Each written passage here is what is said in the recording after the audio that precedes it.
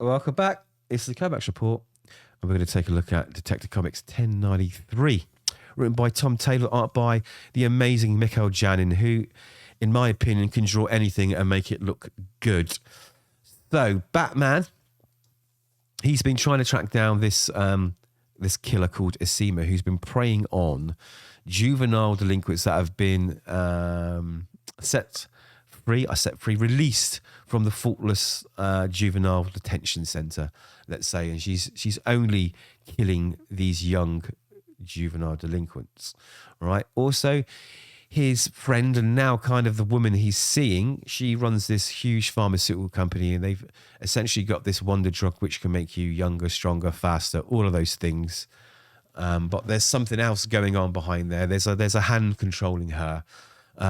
She also was originally a baby, which his father, Bruce's father, helped birth, and also happens to be the child of the lady that was seeing Mr. Joe Chill, the man who murdered Bruce's parents. And the whole story here is that, did Thomas Wayne do the right thing by helping this criminal and set him free? And later on, it caused their deaths, and then everything else created Batman. So there's all this moral questioning going through his book. It's really, really good. I love it. So that's not a negative thing. I love it. We've got this sort of 9-panel Watchmen thing going on as well. So the book starts off with a flashback to Bruce as a child after his parents has died. And he's talking about how, his parents were important, and there's this outpouring of grief and thanks and love, and then suddenly it vanishes like it never happened. It's like this. It's like you're here, then you're not. You matter, then you don't. And did it really? It's quite thought provoking.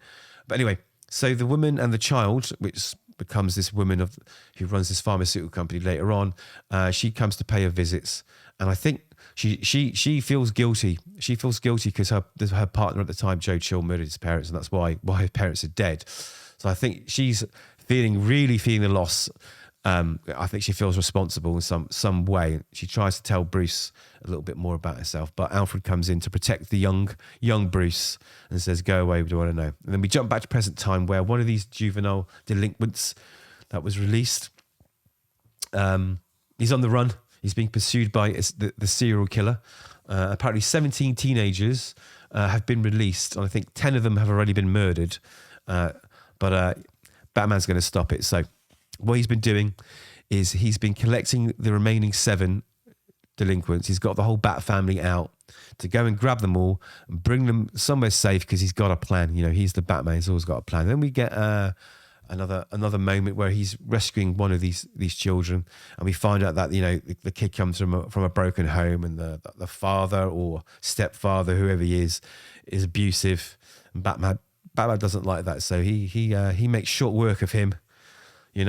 Real short work of him, gives him a slap down, and he's got all of these 7 delinquents all assembled in some underclosed location. So he gives them some clothing that has trackers, so that they can find out where they are at any point in time and have one of the members of the Bat family within 3 miles of them. So if Asima does strike on any of them, they can intervene and save their life. He's also, unbeknownst to them, included cameras and all sorts of other tech in there, so they can see and hear what's going on as well.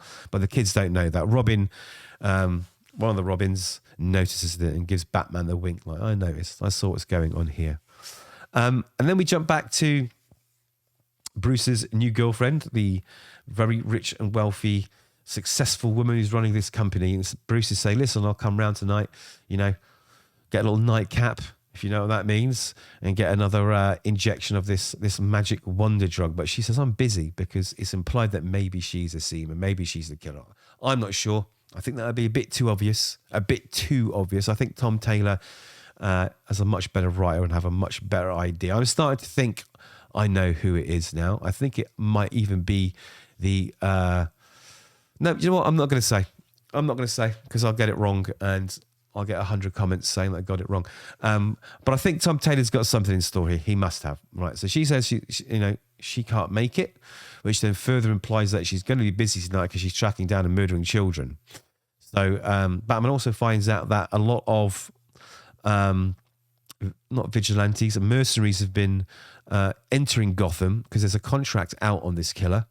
Someone's put a contract out, but they're actually all leaving because they've been given instruction by someone very, very powerful to stay away. So they're all running off. But it wasn't the person who put the hit out, which Batman soon finds out from the Penguin, because Penguin put the hit out on this serial killer. And someone else above him came along and sent them packing. So the plot is thickening. There is something much, much larger, someone or a group of people much, much larger pulling strings in here. And then I think we end the book here where one of these delinquents, naturally, he's gone back to his delinquent ways and stolen a car, and Asima has come to take his life and his blood, because she does take the blood, which I'm sure will play into this wonder drug later on. But Batman intervenes. She does get the best of him. And what she also does, which I thought was pretty interesting, is she takes a blood sample of Batman and she runs it against all the blood samples of all the people, the rich people that have had this wonder drug. And she finds out that it's Bruce, which further implies that it is his current girlfriend, head of this pharmaceutical company. But I'm hoping there's going to be a twist. But that's it. Really interesting. I'm not going to lie. I've been loving this book since the first time Tom Taylor and Mikel Janín jumped on the book. The art is absolutely superb. The characterization is great. The colouring is great. Everything about it is really, really, really great. It's nice to see some of the other Bat family in there as well. So for this book, this issue, and the whole run so far has been an absolute 100% recommend from me. So again, look at that beautiful cover. Those are my thoughts. Let me know yours, and I'll see you at the next one.